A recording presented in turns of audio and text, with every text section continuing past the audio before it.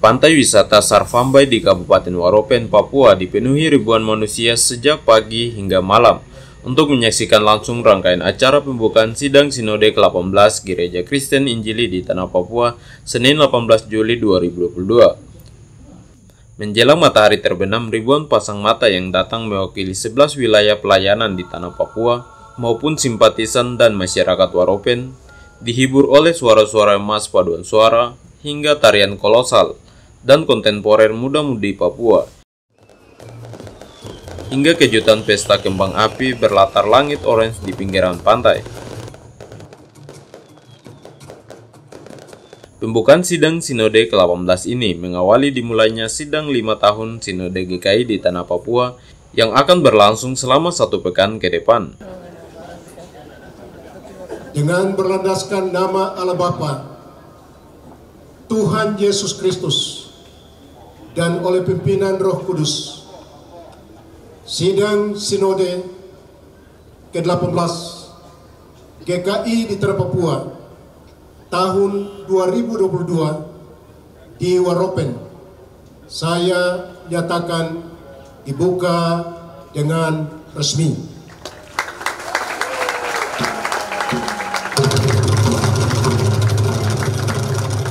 Berbagai hal akan dibicarakan selama sidang berlangsung yang dibagi ke dalam sejumlah komisi. Di antaranya evaluasi program-program yang telah ditentukan dalam sidang Sinode sebelumnya. Kemudian menyusun program kerja Sinode untuk 5 tahun berikut, hingga pada puncak acara yakni pemilihan ketua dan pengurus Sinode GKI periode 2022-2027. Sekretaris Panitia Sidang Sinode ke-18 di Tanah Papua, Korinus Reri, mengatakan isu-isu kemanusiaan dan lingkungan hidup yang berkaitan langsung dengan umat manusia turut menjadi agenda penting yang menjadi sorotan dalam sidang kali ini.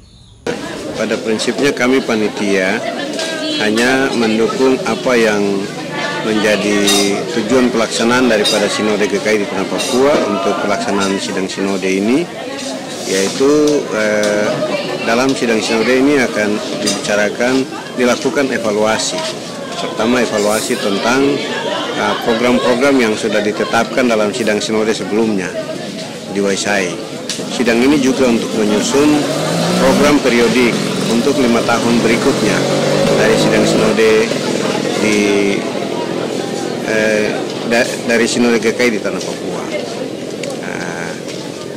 Ya, juga ini cukup penting dan strategis karena di dalam sidang ini juga akan dipilih badan pengurus Sinode GKI di Tanah Papua untuk periode 5 tahun yang akan datang. Jadi ini sangat penting sekali.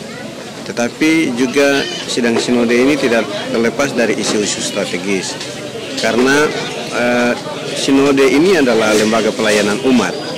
Jadi di dalamnya dia akan membicarakan hal-hal yang terkait dengan HAM, kemudian lingkungan hidup, kemudian juga demokratisasi dan hal-hal penting lainnya. Selaku panitia sidang Sinode, ya itulah titipan harapan kami. Ada 3 hal penting, yaitu yang pertama adalah kita menjaga kenyamanan, ketertiban, keamanan, supaya sidang ini bisa berlangsung dengan baik.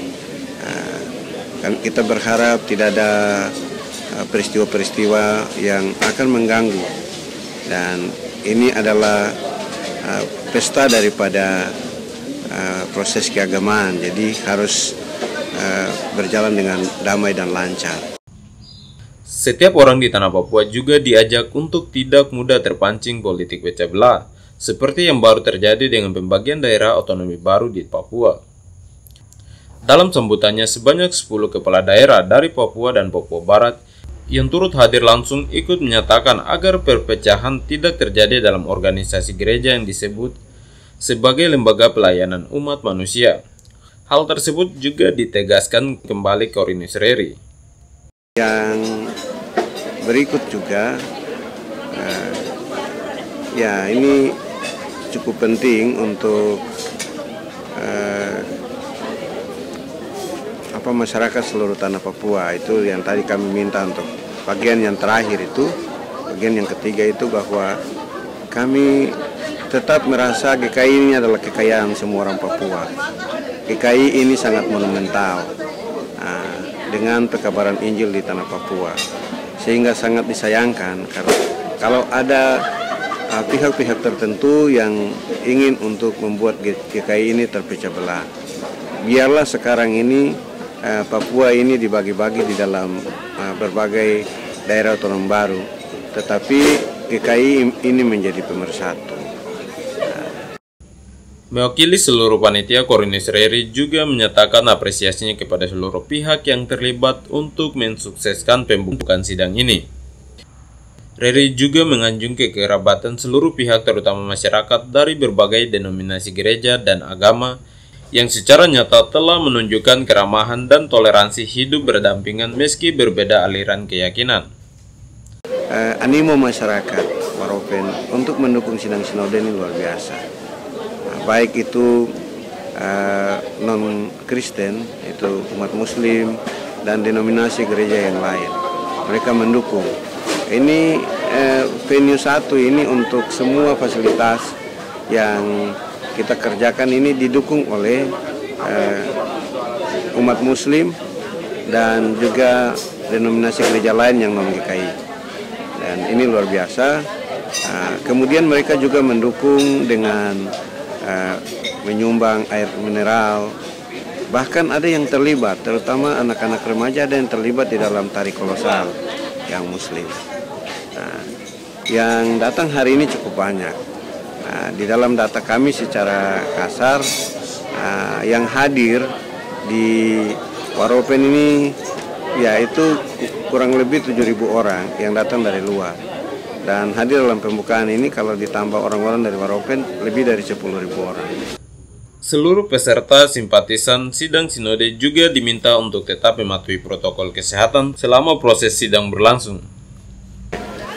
Sebelumnya itu ada satu hal yang mungkin terlewatkan di dalam pesan tadi, itu adalah kita berharap dalam sidang ini peserta datang banyak, jadi jangan sampai kita lengah. Kita harus tetap menjaga protokol kesehatan karena kita masih ada di dalam suasana COVID-19. Jadi supaya jangan sampai ada klaster baru lagi, klaster baru di Papua. Jangan ada klaster sidang sinode. Kita berharap tidak seperti itu. Kita berdoa supaya Tuhan menjauhkan.